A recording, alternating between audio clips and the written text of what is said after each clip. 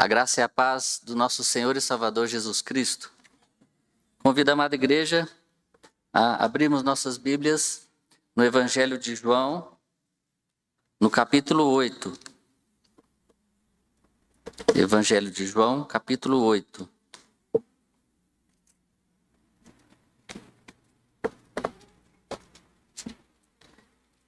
João, capítulo 8, leremos os versos de 1 a 11.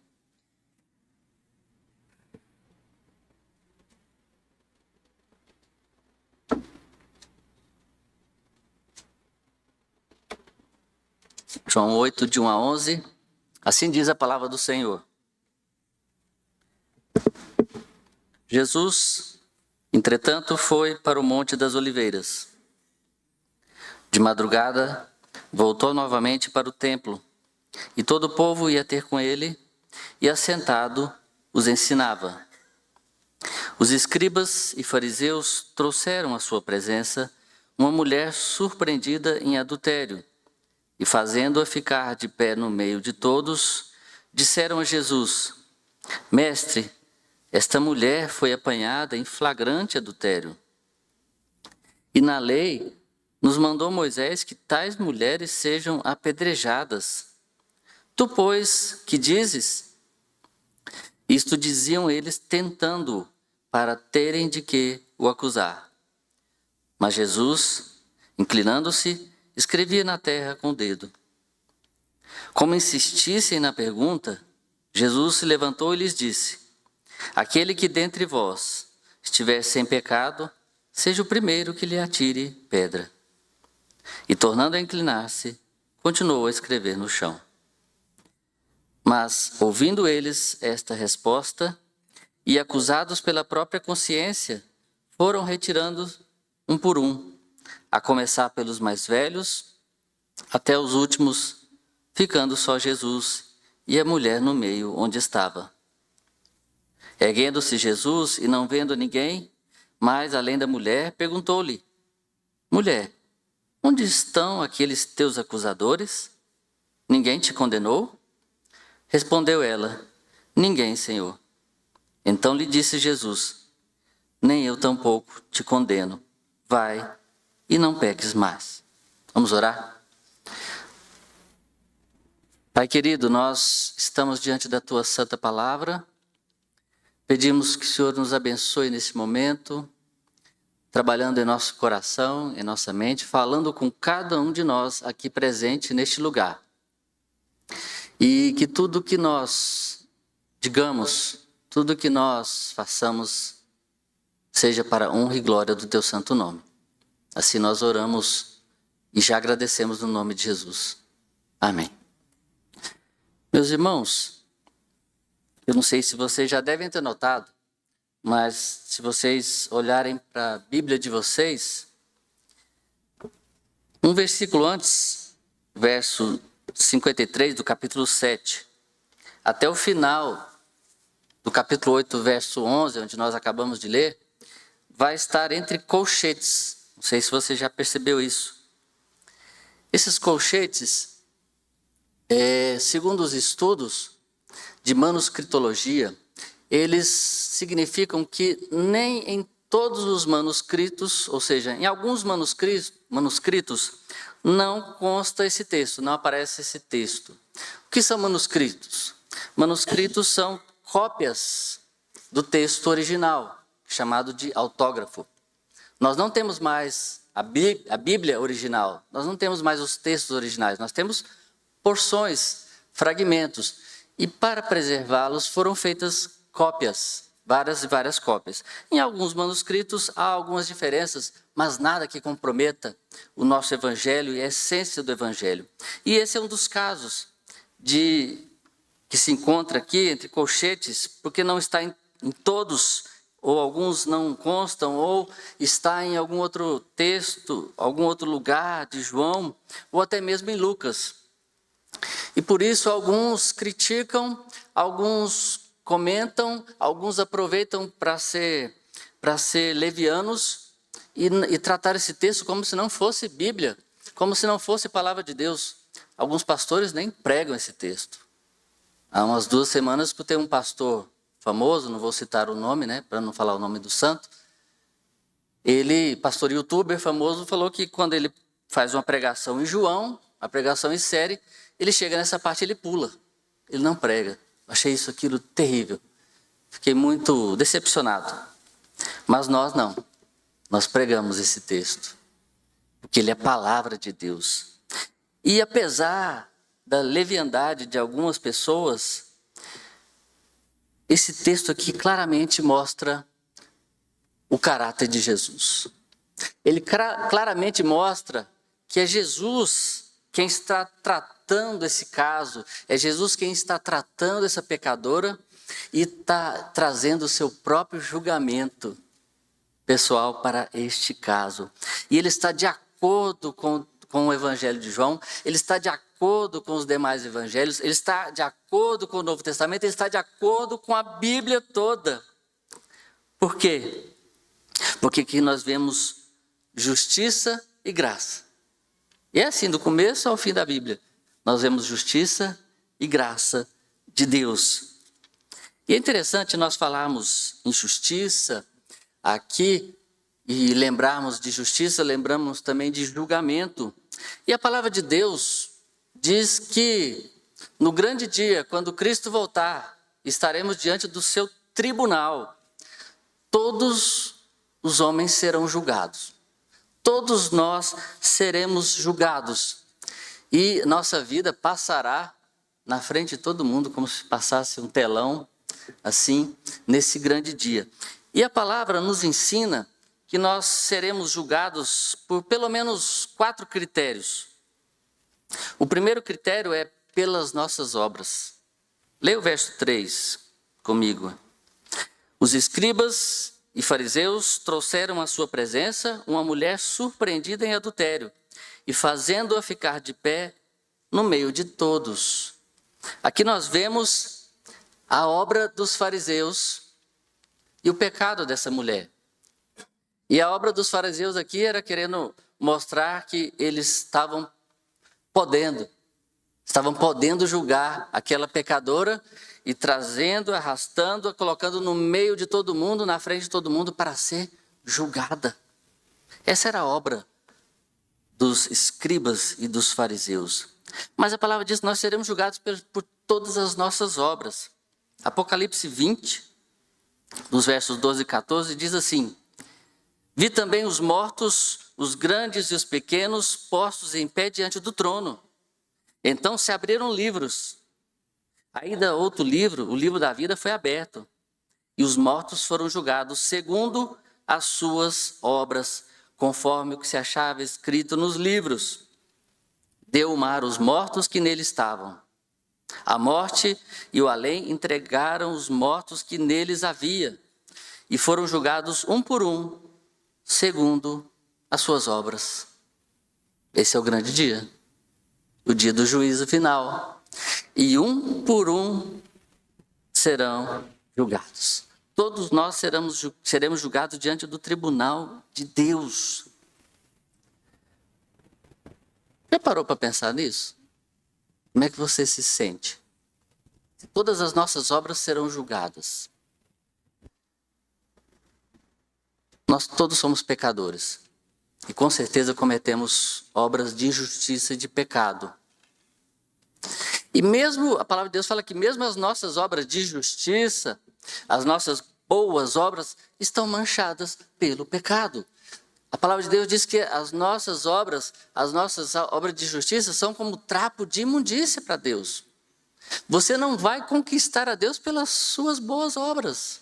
Você pode ser a pessoa mais caridosa do mundo, não vai conseguir. E aquelas más obras que você pratica, nem se fala, que às vezes ninguém sabe. Seu pai não viu, sua mãe não viu, sua esposa não viu, o seu marido não viu, os pastores não viram, a igreja não sabe, mas Deus sabe. Deus viu. E aí como é que fica? Às vezes a gente coloca na balança. Não, mas se eu colocar na balança, eu acho que eu estou bem. Eu pratiquei mais coisas boas do que más. Confesso, realmente sou pecador.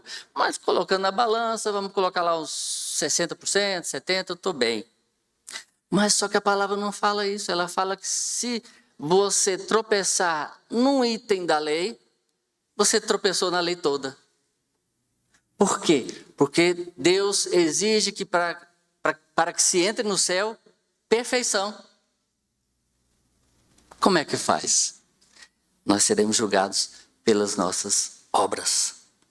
Segundo critério, pelo qual nós seremos julgados, pelas nossas palavras. Vamos ler os versos 4 e 5.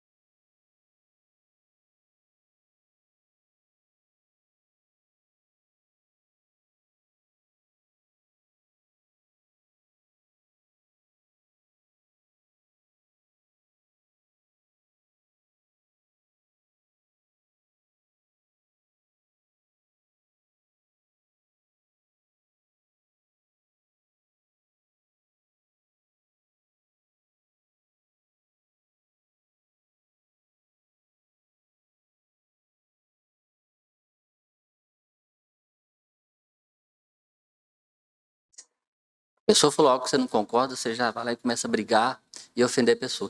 Quem é que nunca pecou pelas palavras, no falar? Mas a palavra diz que nós seremos julgados por todas as palavras frívolas que nós dissermos na nossa vida. Terceiro julgamento, pelas nossas omissões. Vamos ler os versos de 6 a 8. Isto diziam eles tentando Jesus, para terem de que o acusar. Mas Jesus, inclinando-se, escrevia na terra com o dedo. Como insistisse na pergunta, Jesus se levantou e lhes disse: aquele que dentre vós estiver sem pecado, seja o primeiro que lhe atire pedra. E tornando a inclinar-se, continuou a escrever no chão. Então aqui os fariseus tinham uma intenção. Eles estavam trazendo essa mulher, estavam pegando esse caso, fazendo esse julgamento ali da forma que eles queriam, mas na verdade, no fundo, eles queriam acusar a Jesus. Esse era o projeto final deles, acusar a Jesus. Por que eles queriam pegar Jesus? Porque se Jesus lhes dissesse: olha, vamos executar essa mulher, vamos apedrejá-la. Jesus ia estar indo contra a lei romana, porque lembra que Israel estava dominado pelo Império Romano nessa época. Então o governo político, jurídico, era de Roma. Então não podia haver um julgamento, uma condenação à morte, se não fosse por Roma. Cristo, quando foi crucificado, foi por Roma. E assim também seria um apedrejamento, uma pena de morte. Então Jesus não poderia falar, vamos apedrejá-la. E Jesus também não poderia falar, não vamos condená-la, não vamos apedrejá-la, nem nada. Aí eles iam dizer, então Jesus está distorcendo a lei de Moisés, que nós acabamos de falar, que devido ao adultério ela deveria morrer. Mas Jesus, diz a palavra, que ele se inclinou e escrevia no chão, ali com o dedo. E interessante que essa é a única passagem que fala que Jesus escreveu algo. Jesus nunca deixou nada escrito. E aqui, e pela palavra, nós não sabemos o que ele escreveu. A palavra não nos deixou revelada o que ele escreveu. Mas é interessante isso. E ele calmamente continua escrevendo. E então Jesus propõe um desafio. Aquele que não tiver pecado, atire a primeira pedra. Esse desafio que Jesus propôs aos acusadores era para mostrar para eles, vocês realmente estão qualificados como verdadeiros juízes. Então, se vocês estão qualificados para julgar essa mulher, pode apedrejá-la. Atire a primeira pedra. Mas Jesus, ele conhecia os corações. Ele sabia qual era a omissão que tinha por trás desse julgamento, que era tentar acusá-lo, tentar pegá-lo, tentar acuá-lo, prendê-lo, matá-lo. E apenas aquilo ali era um jogo de cena, era um teatro. E a mulher está sendo usada como um bode expiatório, mas, na verdade, eles queriam concretizar um plano maléfico. E aí, então, nós vemos a omissão desses homens em querer demonstrar justiça. Eles queriam mostrar que são justos, tinham que cumprir a lei, mas, na verdade, queriam fazer o mal, injustiça. Mas todos nós seremos julgados pelas nossas omissões. Mateus 25, de 31 a 46, o Senhor Jesus fala sobre o grande julgamento, no grande dia, e ele diz que nós vamos ser julgados pelas nossas omissões. Ele diz assim, colocarei do meu lado à direita as minhas ovelhas, e à minha esquerda os bodes. E ele diz, a vocês, à minha direita, entrarão comigo no reino dos céus. E vocês à esquerda não entrarão. Por quê? Porque quando tive fome não me deram de comer. Tive sede não me deram de beber. Estive nu e não me vestistes. Estive preso e não fostes me visitar. E aí vão falar, Senhor, mas quando é que foi isso, que aconteceu isso, Senhor? Quando vocês não fizeram a um desses pequeninos, ao próximo. Teve sede, você não deu água para beber. Teve fome, você não deu pão para comer. Estava preso, você não foi visitá-lo. Estava nu, você não vestiste. Por isso. Ou seja, nós seremos condenados pelo pecado de omissão. Ou seja, não somente pelo que fazemos, mas também pelo que não fazemos. Está vendo como é que vai complicando a coisa? Agora não é nem pelo que nós fazemos, é pelo que nós deixamos de fazer. A palavra nos ensina que quando nós sabemos que devemos fazer o bem e não o fazemos, pecamos. Pecamos.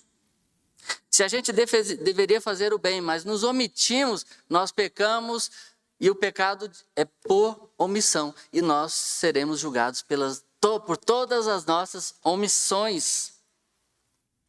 E você, como é que se sente diante disso? Será que tudo na vida você fez de bom? Você sempre conseguiu fazer o bem para todo mundo?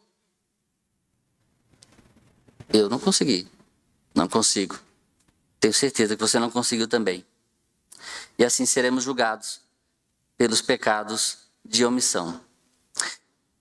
Quarta e última medida, ou critério, nós seremos julgados pelos nossos pensamentos.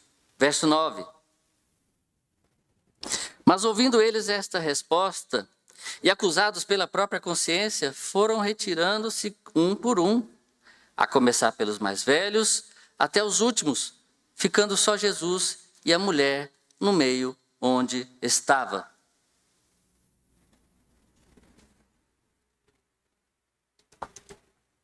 O desaparecimento de um por um indica que as suas consciências agora estavam sendo aguilhoadas. As suas consciências foram atingidas quando reconhece que não tem como permanecerem diante de Deus e efetuarem a execução daquela pecadora. A própria consciência deles acusou. Ou seja, eles sabiam, e o Senhor Jesus sabia, porque ele conhecia o pensamento daqueles homens, conhecia a intenção do coração daqueles homens, daqueles acusadores.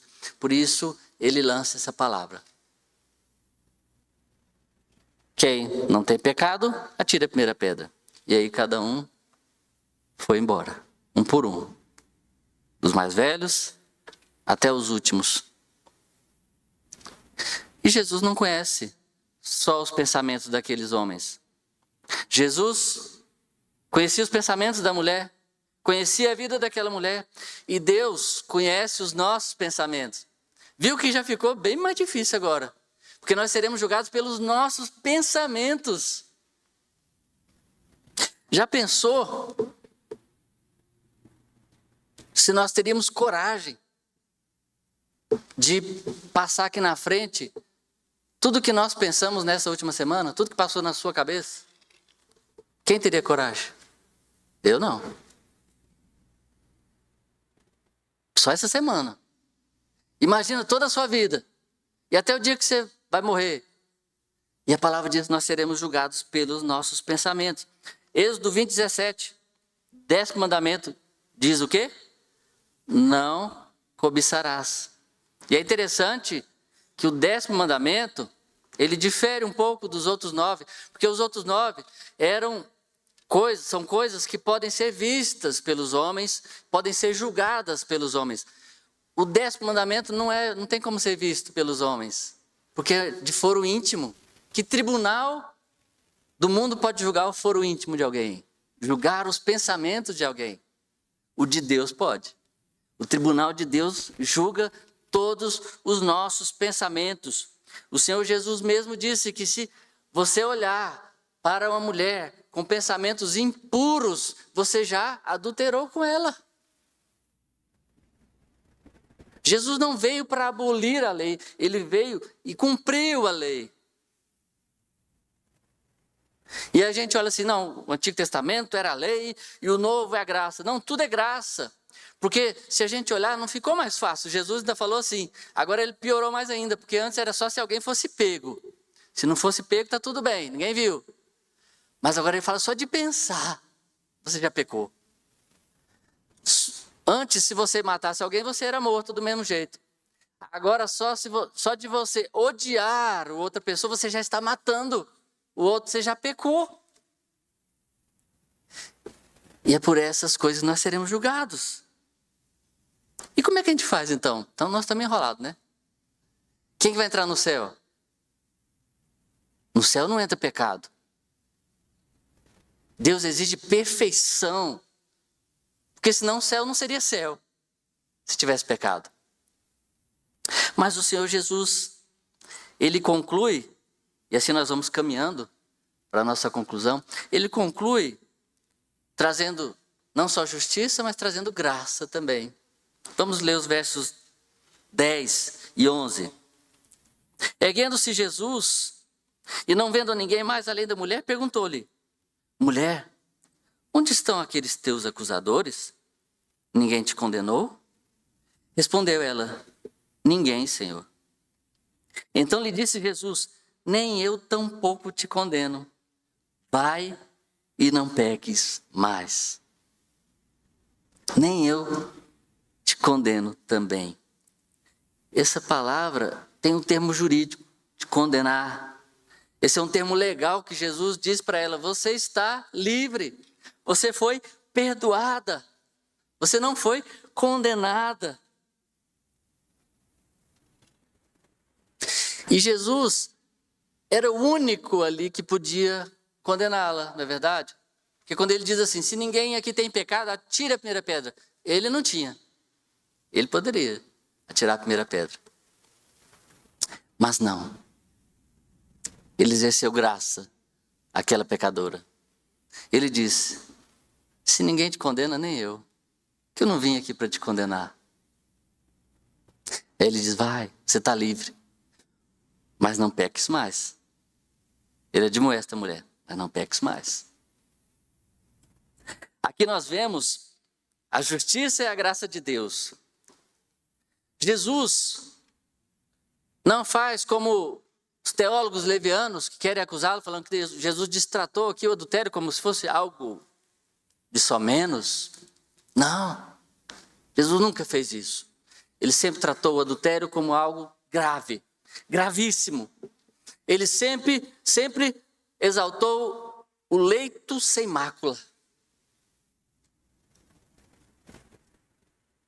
Mas o que acontece aqui é que Jesus demonstrou para aqueles que se achavam muito soberbos, autossuficientes, autoindulgentes, que eles também eram pecadores iguais àquela mulher. Eles serão julgados no último dia assim como aquela mulher. E ele mostrou ali para aquela mulher que ela estava perdoada, não porque ela não tinha cometido o pecado. Porque Deus não simplesmente disse assim, pronto, está tudo perdoado, está tudo esquecido. Foi assim, lá no início, com Adão e Eva. Não, vamos esquecer, zera tudo, passa a borracha, vamos começar de novo. Não, ele falou, se vocês comerem da árvore do fruto do bem e do mal, certamente morrerão. Deus é justo, Deus é amor, mas Deus é justo. Aqui nós vemos justiça e graça. Mas para Adão e Eva, Deus foi justo também. Ele agiu com a sua justiça e com sua graça. Porque ele deu um substituto. Ele matou um animal, porque Adão e Eva estavam nus. Eles não conseguiam eles mesmos tampar a sua nudez, a sua vergonha do pecado. E ele mesmo mata um animal para cobrir o pecado deles, para cobrir a vergonha deles. Porque existia sacrifício. Ele exigiu, tem que morrer. Tem que haver morte por causa do pecado. Mas ele mesmo preparou um substituto para morrer no lugar dos pecadores, que é o Cordeiro de Deus que foi morto antes da fundação do mundo. É Jesus Cristo, que morreu em nosso lugar para cobrir a nossa nudez espiritual, as nossas vergonhas e o nosso pecado. E assim Jesus pode dizer para aquela mulher, vá e não peques mais. É na cruz do Calvário que nós vemos Deus exercendo a sua justiça e a sua graça. A sua graça e a sua justiça. Alguém tinha que morrer para cumprir a justiça de Deus.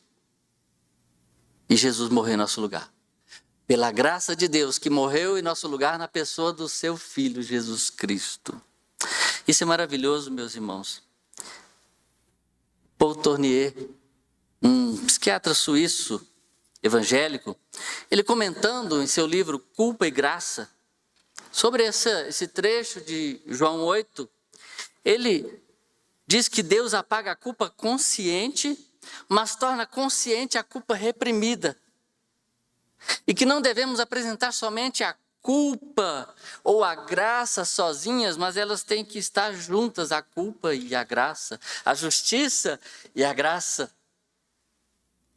Como Cristo fez a esta mulher e aos seus acusadores também. Observamos na palavra de Deus uma inversão de valores em relação aos valores do mundo, pois Cristo vem chamar os doentes e pecadores. Ele livra do desprezo próprio aqueles que reconhecem a si mesmo como pecadores. Porque a graça é para os humildes e não para os soberbos e autossuficientes, ou autojustificáveis, ou autoindulgentes, como é ensinado na palavra de Deus, lá em Tiago 4:6. Deus resiste aos soberbos, mas dá graça aos humildes. Cristo trouxe libertação da culpa daqueles que confessam seus erros e se humilham diante de Deus. Nós devemos reconhecer a nossa miséria humana e a divindade de Cristo. Porque errar é humano, mas perdoar é divino. Paul Tournier diz que aqui há a culpa do fazer, que é substituída pela culpa do ser. A culpa do fazer é aquela culpa moralista, ilegalista e doentia, que divide e separa os homens. Mas a culpa do ser é o reconhecimento da nossa miséria comum, de que somos todos pecadores miseráveis diante de Deus. Somos como essa mulher adúltera, essa mulher pecadora diante de Deus. O sentimento de culpa não é destituído da graça, mas é transformado do seu falso objeto infantil para a consciência adulta e de dependência de Deus, que nos liberta de moralismos e de falsas culpas. Algumas igrejas pregam uma ênfase no falso moralismo, pregam apenas moralismo, etiqueta, ética, e num chamado a somente a sentimento de culpa, mas sem oferecer a graça.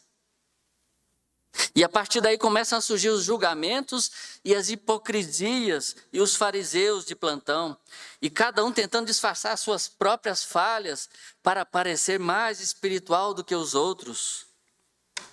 Mas isso é apenas uma atitude moralista, forçada e legalista. E com isso, acabam criando crentes doentes, pessoas doentes, uma igreja doente, uma fé fraca e doente, porque muitos acabam adoecendo espiritualmente. Mas nós devemos lutar contra os falsos moralismos, que negam o evangelho e tornam a graça algo condicional, sendo que ela é incondicional. A graça é incondicional. Você não pode fazer nada para que Deus te ame mais. E nada para que Deus te ame menos. Porque a graça é incondicional. E nós vimos nessa passagem aqui de João, como Cristo recebeu com a palavra de perdão aqueles a quem o mundo condenava. E que estavam conscientes da sua culpa, mas como usou de severidade para aqueles satisfeitos em si mesmo, que reprimiam qualquer sentimento de culpa, achando-se modelos perfeitos de espiritualidade, de santidade e de justiça. Não sejamos como os fariseus e os escribas. Saibamos que nós somos essa mulher aqui, pega em flagrante adultério, perante Deus, na frente de Jesus, perante Cristo. E a minha oração é que nós também possamos ser conscientes da nossa culpa, dos nossos pecados, dos nossos erros, das nossas más obras, das nossas palavras, das nossas omissões e dos nossos pensamentos. Porque, como eu falei, no grande dia, a nossa vida vai passar como um filme. Só que o sermão fala de justiça e de graça. Nesse grande dia, a palavra também já nos garantiu que não há mais condenação para aqueles que estão em Cristo Jesus. Nesse grande dia, tudo isso que vai acontecer não é para nos condenar, porque nós já não estamos mais debaixo da condenação, nós já fomos salvos. Nós já passamos da morte para a vida, é vida eterna. Mas isso servirá apenas para mostrar a graça de Deus. Fala, olha, tá vendo? Você não merecia nada. Mas eu te escolhi. E vou te dizer agora, fica aqui à minha direita. E hoje mesmo estarás comigo no paraíso. Vinde benditos do meu Pai. E nesse dia, Deus será glorificado, mesmo diante dos pecados. Mesmo diante dos nossos pecados, Deus será glorificado. E assim nós possamos fazer como essa mulher e obedecer o mandamento de Jesus, quando ele diz: vá e não peques mais. Amém? Vamos orar? Pai querido, nós nos colocamos, Senhor, diante de Ti com o perdão do nosso pecado, Senhor. A Tua palavra, ela nos descortina, ela nos revela, ela tirou o véu, tirou as escamas dos nossos olhos. E ela nos despe de tudo. E nós nos colocamos diante de Ti sem máscaras, porque não podemos encobrir nada do Senhor. Nada foge ao Teu olhar. Não temos para onde fugir, nem nos esconder. O Senhor nos vê como nós somos. E assim nós nos colocamos, ó Pai, humildemente na Tua presença, ó Pai, pedindo perdão pelos nossos pecados. Perdoa-nos, ó Senhor, pelas nossas más obras. Perdoa-nos, Senhor, porque às vezes queremos fazer boas obras, mas sempre com algo, uma motivação pecaminosa.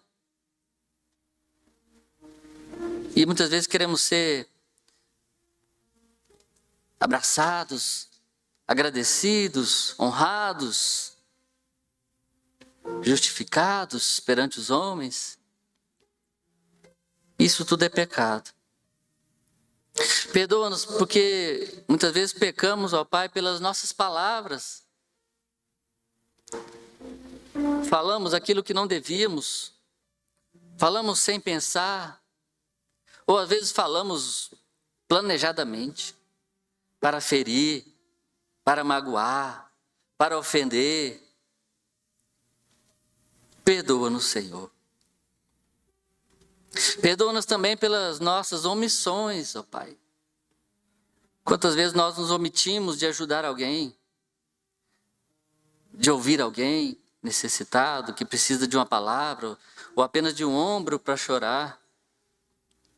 E nós nos omitimos, nós nos acovardamos, nós saímos de fininho. Mas Tu está vendo a gente. Perdoa-nos também pelos nossos pensamentos, Senhor. Ó Pai, quantas vezes nós pecamos só no pensamento?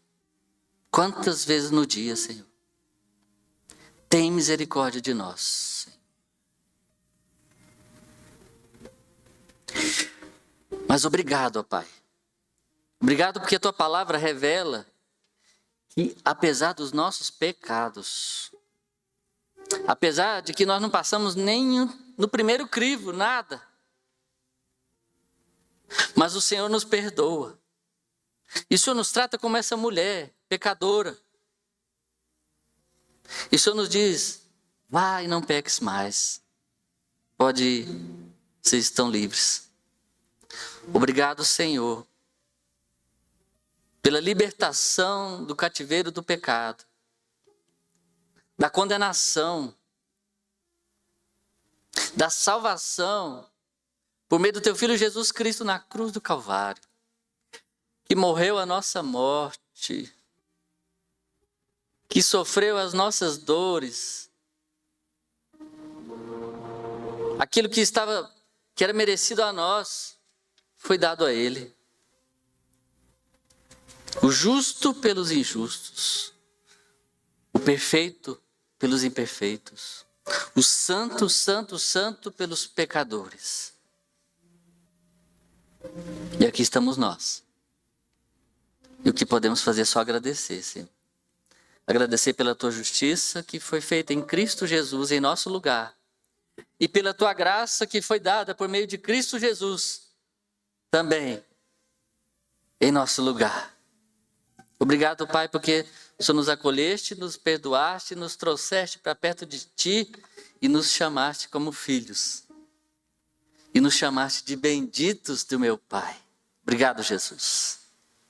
E nós ansiamos por esse grande dia, porque sabemos que não precisamos temer, nem nos envergonhar, porque já não há mais condenação para nós, Senhor. E nós aguardamos a Tua volta, desse grande dia do juízo final, que aí o Senhor nos convidará a sentar do lado da Tua direita e entrar no Teu reino eternamente. Obrigado, Jesus. E ajuda-nos, ó Pai, para que saiamos daqui diferentes e deixemos aqui todos os nossos pecados e que a partir de agora nós nos arrependamos e nós deixemos, como o verdadeiro arrependimento ensina, que é só quando a gente deixa o pecado é que nós realmente nos arrependemos.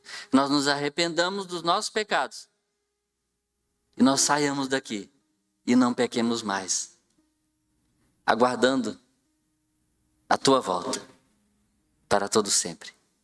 Assim nós oramos e agradecemos no nome do nosso único Senhor e suficiente Salvador, Jesus Cristo. Amém. Vamos